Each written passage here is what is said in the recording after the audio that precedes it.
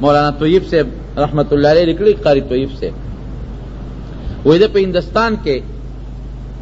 شہری علاقہ کے اسیدہ من یوزل بانڈے تلاڑم حالتم خپلوانو رشتہ دارانو ویچل تلاڑم دا غزے آب و ہوا میں دیر زیادہ خوخشوا یخا ہوا لگی یو نہ دوڑشتا نہ لوگیشتا پخاریہ کی خلوگی دیر زیادتی گرمی دیر زیادتی یخا مزیدار اخکول ہوا دا خوشتاو بری کوئی ماغ خپلوانو تاوی چی تاسو مزے اکڑے من خو پا دے خاریہ کے مڑشو دا گرمے ناو دا لوگو ناو دا دونو ناو دا دوڑو نا خشت اخکول ہوا کے دے رہے مزیدار ہوا در باندے لگی و یخو بوتا پراتے وی اغیوی چی رد ٹھیک تا من خو پا دے دیر زیاد خوشحال یو و پا یو غم منگا اختیو چی اغا تاسو کرا نشتا تاسو خار کے نشتا اسا شیرے وی بیزوگانو نا دیر تنگیو رازی کٹوی رانا تختی چی کٹوی پا خو کو منگ تلک کوٹے تا ننوزو بیزو راشی پا دوال اللہ سکیو نیسی وی تختی ڈوڑے بار نشو پری خو دے خوچی سنگا بیزو راشی غنش کریو نیسی وی تختی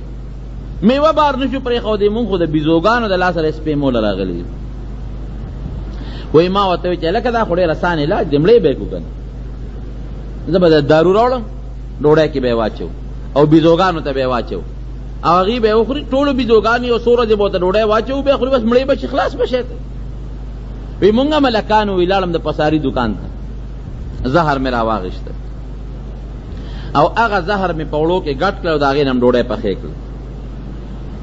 او اغا ڈوڑے برا واغشتی بر پچت باندیم بیزوگانو تا ٹوٹے ٹوٹے کڑے او مونگ و تدا سے بار یو پٹ دے کی کیناستو دا بیزوگانے بہت راشی دا ڈوڑے با اخری مونگ بہت گور امڑی بشی وی دے کی یو بیزو رالا وی چی سنگ رالا بیزو اگا ڈوڑے تا گو تکلی دا سے پدے لاسو بیزو لکر انسان دا سے لاسونو ماندی لکی شیر آدی ڈوڑے راواغشتا لاولی بین کلا گورے کتاسو بیزو تا کتلی کنا ہر شیئی چی خوری لاولی بین بین کلا کہ بین کلا واپس ایک خوادا لالا وی مونگوی چی دا گورا ہوتا دا خو شیخو خیار دے ڈوڑے گورا بوئی کلاو وی نخولاو لالاو تختے دا وی چی لکسات تیر شو دو دری بیزوگانے را لے وی چی را لی سنگا گویا ڈوڑے را واغشتا اغیم بوئی کلا کی خوادا لاڑے وی چی لکسات تیر شو پک یو غٹ بیز دے یو پینزش پک بیزوگانے وسر دی دی را لے وی اگا غٹ بیز اگا ڈوڑے را واغشتاو پو دیتے کتکلو بیا پو دیتے ونی ولد ودری دلوی کی خوادا لاڑا وی مونگوی چی دا خود نوی نخرا جوڑا شو بیزوگان رازی او ڈوڑے بیئی او واپس دی وی چی لک سات تیر شو بلا لخکر دا بیزوگان راغی او شل دیر شو او ار یو بیزو سر پلاس کے یو شنا پانا دا شنا اگا پانا کی خو دے او رالی وگا ڈوڑے او خوڑا دا سیل میں چی سمر ڈوڑے مونگ ری چیکلے او ٹولے او خوڑا او بیا یو پانے را واغشتا ورپسی یو خوڑا او بیا پا گڑا شوی بیزوگانے خو گڑی گیم کن پا گڑا شوی بیزوگان وی خط تماشا وکلاو گڑی شوی مونگ و تا گورو لارے اڑو اساس ہرے پیونک وی ما مرگرو تاوی چی گورا مونگم وایو چی زمونگ ڈاکٹران پا لیباٹرو شے معلوم ہے ذکر ڈاکٹر لیو ڈوڑے او سچے دے کے زہر شتاو کنشتا ڈاکٹر دا آغی زہر نشی معلوم ہو لے اگر کل آغی زہر معلوم ہے نو پا لیباٹرے بے معلوم ہے اور ایک سیب دا مونگ لیباٹرے تاوڑو ال تکی مونگ گورو چی دے کے سشے دے او بیزول پروردگار پا دا پوزا کی دا سے لیباٹری پیدا کردی دا چی آغا ڈوڑے بینم کلاو و تا پتا مولا گی دا چی دے کے کم نمبر زہر دی او بیا دا آغی علاجم ورطا معلوم دی چی پا کم پانا دا زہر ختمی گی لاڑے وغا پانے روڑے غیو پسیو کڑا اسم نشتا وای زمونگ ڈاکٹر او طبیب لا دا چل وردی کم چی رب العالمین دی بیزوگانو تلا کم چل خولے دی تبلیغی مرگریو چانا میں اوریدے لی دی افریقی تا نوی چی افریقی تا لالل نو کالے تیر کا واپس راتلل یو مرگری پاکی سیو چی آغا با گیراو دا سر تورول بعضی خلق کو سمزانا لکان جوڑی قدرتی اللہ ولو اختص پین کی دے تور کی اغم دا چالو که چیرا واپس کلی تا اس روان دی اور روز دوی پاتی دی نوزان سره دا پاکستان نا آغا دا ویختو دا تورولو آغا دبې مبې وړې دی چې واپس کلی ته ځمه چې د خپل ویښته ځان له تور کړم. ځنګل کې ناست دی، نو ورته چای ځان له پخ کړی ده، دی اشنوس ګومند راغشتې ده وی یو هغه د توروالي هغه چې کمپوډر دی یا ملهم دی هغه اوس لګیا دی په دې مخ باندې ځان له په یو طرف باندې مګي نیمه ګیره ځان له توره کړه. دې کې بیزوګانې خپل ته ډېر زیات دی، یو بیز راغلی دی هغه ته هغه ټول سامان نیولی دی دریاب ته یې غورځولی دی. چې دریاب ته یې غورځولی دې ملګري اوس نورو ملګرو ته چې هلکه دا اوس څه په مصیبت وړېدم، ما خو ځان له نیمه ګیره توره کړه او نیمه مې پاتې ره سپینه. اوس دا ملهم خو په دې ځنګل کې مونږ ته میلاویږي نه، دې سره به اوس څه کوو؟ په دې سوچ کې دی، په دې فکر کې دی او ملګري مو سره پریشان دی چې واقعي دا اوس که دا نیمه واپس مونږ ووینځو دا نیمه خو توره ده او نیمه ګیره سپینه ده، نو دا اوس مونږ خاریې ته هم نشو تللی او چې وطن ته ځو دا خلک به څه وایي. او بل دا چې په دې علاقه کې اوس ورو مونږ ګرځو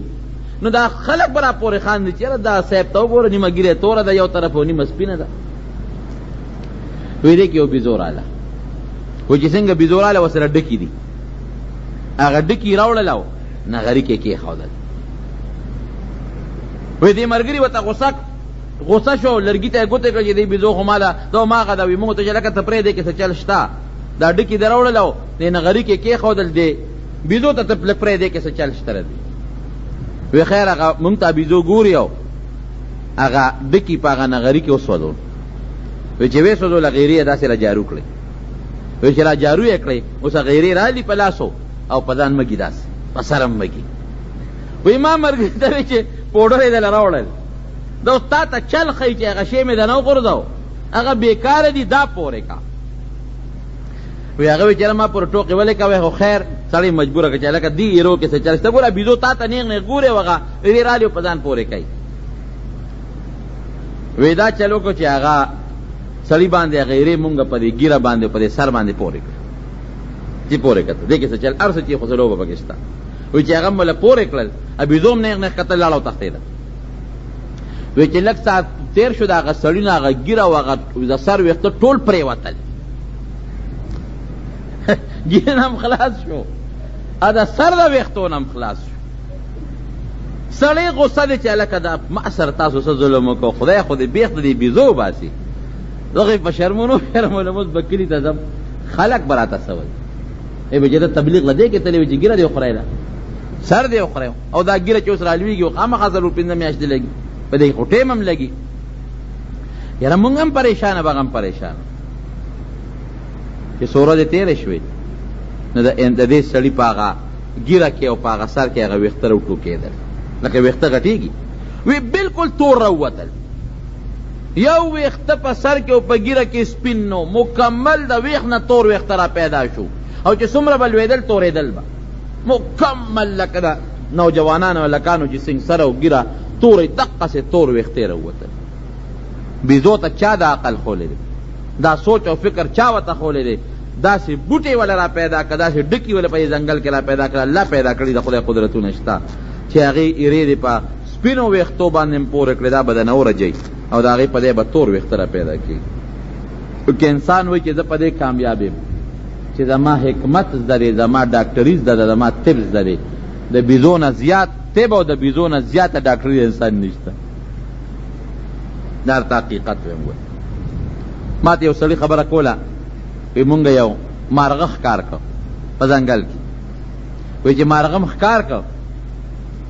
او مونږ راوړو مونږ حلال کړ نو دا پتون یې ماتو یقین وکړه. نو وی چې پتون ولا مونږ وکته نو دا هغې پتون نه د یو بوټي پټ تاو کړی و، پټ هغه پټ و پورې نښتی و. وی مونږ ورېږئ دا ګورو چې دا پټ دی ولې تاو دی. وی چې پټ هم تې په قلاره جدا کړ او لاندې م د هغې هغه پتون وکته او بیا م ولا هغه پتون اوسیره لکه اپریشن چې کوې نو د هغې اډوکې ماتو. ګوره رب العالمین دا هغې ته په عقل کې چولی دي چې دا اډوکې ستا مات دی، د پلانکۍ اونې پټ چې ته تاو کې نو هغه اډوکې به ځای له ورولي. نو انسان په څه باندې غاوره دی؟ دی په څه انسان دی؟ دی په کم یو دکې کم طاقت دی چې دی وایي زه په هغې اوچته یم؟ یو څیز دی په ده کې چې په هغه څیز به دی کمال ته رسېږي. هغې ته د قرآن او د حدیثو علم او پویه ګورې وایي، د قرآن او د حدیثو پویه چې دا پویه چا سره ده، دا د الله په نس کمال ته رسېدلی انسان دی. او چې دا پویه چا سره هم نشته، خو لګیا دی بس خېټې له ګټه کوي که نه. که ډاکټر لګیا دی او ډاکټري که یو ایمان ورسره او دیانت ورسره خو ټیک ده، خو که ایمان ورسره نه او دیانت ورسره نه، د ده مقصد څه دی؟ خېټې له پیسه پیدا کوي. که یو انجینیر لګیا دی، یو بل یو افسر لګیا دی، ایمان ورسره و د ایمان لاندې دی خدمت کې خو ټیک ده، خو که ایمان ورسره نه، دې څه لګیا دی؟ محنت او خواري کوي، صرف او صرف د خپلې خېټې دپاره لګیا دی. نو خېټې له خو سپین لګیا دی منډې وي، خېټې له خو خرم لګیا دی منډې وي، خېټې له خو میګیم لګیا دی، خېټې له خو دا کبان هم لګیا دی. بیا زمونږ او ردي په منځ کې فرق څه شو؟ بلکې خدای شته مونږ مسلمانان د دې کافرو نه ښه یو ولې